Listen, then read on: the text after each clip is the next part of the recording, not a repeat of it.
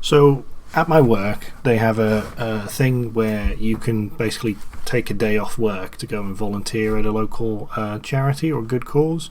And so I went to volunteer at the local hospice.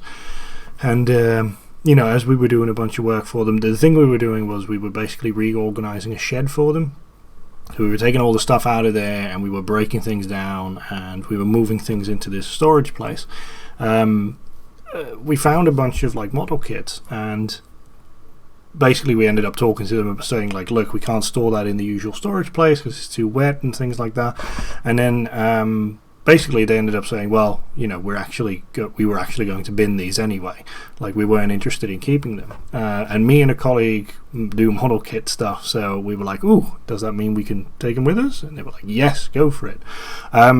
So I got a bunch of kits. I got 5 kits total. So I've got a list here.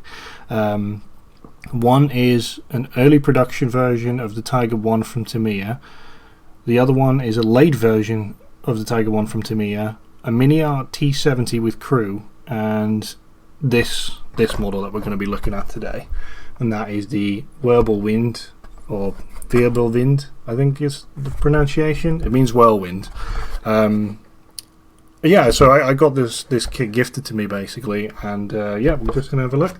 So it's already partially built. It looks like someone started this kit, and so it looks like they put the track runners on, and they did a good job. They didn't clean up any of the sprue holders or the mold lines yet, but they did a good job of getting it started.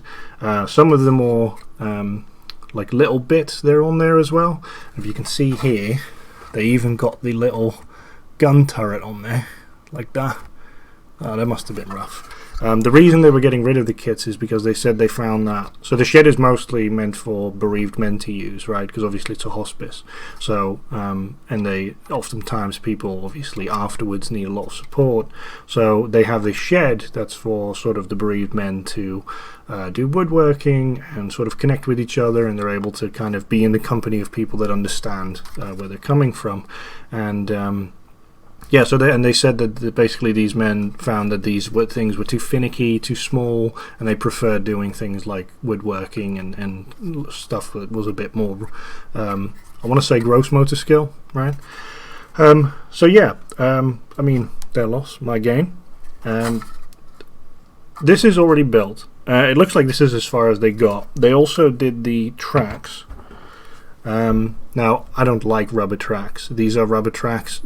They managed to attach them properly, which is nice. But I find that for the last few kits that I've built, the rubber tracks are terrible. I hate them. They're hard to get on. They're hard to build. Nothing sticks to them really. They're kind of like silicone in that way.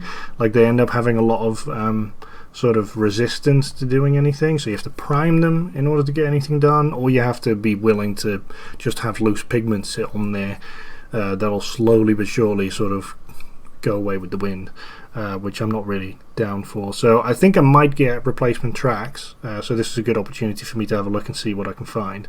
I know there's loads of vendors that do replacement tracks, so yeah, they managed to get them ready. I might use them just to see how it looks, but I don't think I'll be putting these on the final model. Right, and let's get on to the sprues then.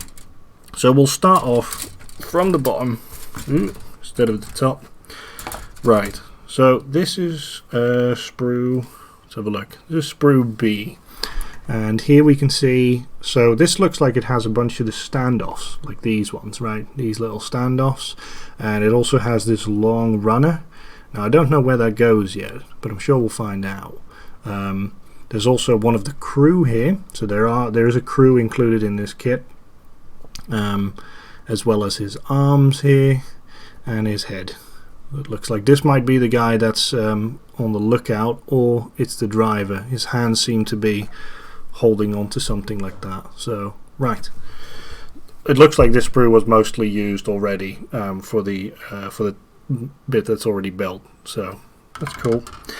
Right, here we have another sprue. This is sprue G. This one contains the crew mostly, so we've got one already on the other sprue, and now we have 3 more on this one. I'm mostly used to Warhammer, so I'm used to like more bits, but it looks like these guys just consist of like 3-4 pieces tops. And yeah, so they've got their arms, their torsos, and their legs here. These guys don't have separate heads, but they do have separate helmets here. There we go. And this is a little cap, I think, this one. So this is a little cap, and these two are the helmets. Very cool. Then we get on to the actual tank bits. So this, or this is even considered a tank. I mean, it's got the base platform. I think it's the same platform as some of the. It's a Panzer. What does it say? It says a Flak Panzer. So I'm assuming that this has a unique platform. Then it must not be the same platform as a Tiger or anything. Anyway, yeah. So this looks like it's the sprue that mostly holds the side bits. So this holds a machine gun, which is just for use by the crew, it looks like. And then there's these additional track bits that tend to go on the side. I've got a few models that have the same stuff, where it's like tacked onto the outside. There's also a shovel here. So yeah, it looks like all these bits are going to go on the outside. Here we go, and I'm not entirely sure what this one is. This one is marked E, and I don't know what these bits are. See if we can get some focus on there. No. They look like magazines, but I'm not entirely sure. There is a sprue that has the guns on, but it looks like these might be the magazines, and we'll have to stick those together, because I think on the picture you can see that they have like double mags. So it's like a mag with a mag next to it for a double feed. I don't actually know what that's called, but I'll have to have a look into this. This seems to be the primary mount, this section here. So this looks like it'll go on the bottom of the enclosure, which has already been snipped off the sprue. I'll show you that in a second. But I think this one's the bottom one because it has this hole in it, and the hole has like two little tabs. Ooh, like that there. So that hole has two little tabs, and I'm assuming that means that it'll be able to move, because it does say on the box that you'll be able to move it a little bit after it's been assembled. So that's cool. Right, and then we get to, so let me show you the canopy. I'm going to call it a canopy, I don't know.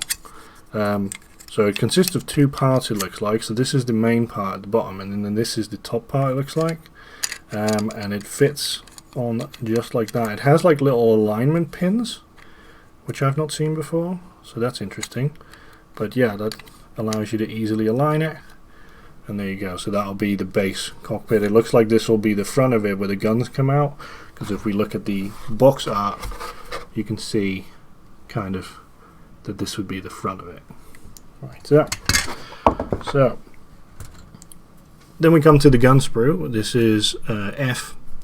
So sprue F has these has these on. Now interestingly, these already have magazines in. So if you can see that, these ones, so they already have magazines in. So I wonder if the mags that we see on the other one, on the other sprue, are either additionals or maybe they were double prints. I don't know about that. This looks like the these two bits. These look like the additional armor plating that goes on the front of it. So that looks cool. Right, and then there's these two sprues. So these two, I think, were identical, and it looks like there's a few additionals that have been printed. So it looks like they just printed twice the same sprue. They commonly do this, and these have been used obviously because of this section already having been put together. It looks like that was put together and completed, so I don't think you have to do anything more about that part of the assembly. When I got it out of the box, it actually had the tracks on as well. I've taken those off, so yeah. But it looks like a cool little kit. Oh right, and then there's two of these bits. So there's this one, which is like a black, almost like rubbery kind of plastic, and then there's one of these, and I don't know what this is, but I'll make sure not to lose it. It's a tiny little grommet with like a slot through it. I'm not sure where that's going to go. It might be a light. Now that I think about it, might be a light. Alright. I'm sure I'll find out when I start building the rest of this.